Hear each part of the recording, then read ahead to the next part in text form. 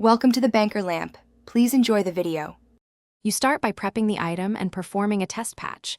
This confirms compatibility and drying time. Once the test is clear, clean and dry the surface thoroughly so the repellent bonds correctly. Shake the bottle for about 30 seconds to mix the formula, then spray from roughly 6 to 8 inches away using steady, overlapping passes. Make sure to keep extra ventilation. You want a light, even mist rather than pooling or drips on the material.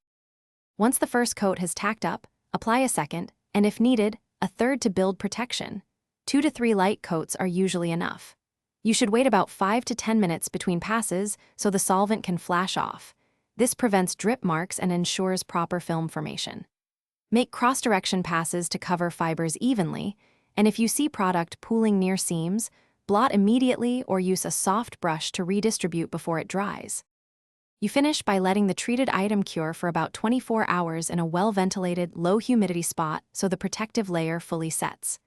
Once cured, test a small area with water. Beads indicate success, and absorption means a light recoat is necessary. If you see streaks or residue, apply another very light coat and work quickly, but if heavy buildup occurs, you may need to strip and start over. When in doubt, retest a patch before full retreatment. Thanks for watching. If this was helpful, leave a like and consider subscribing. See you next time.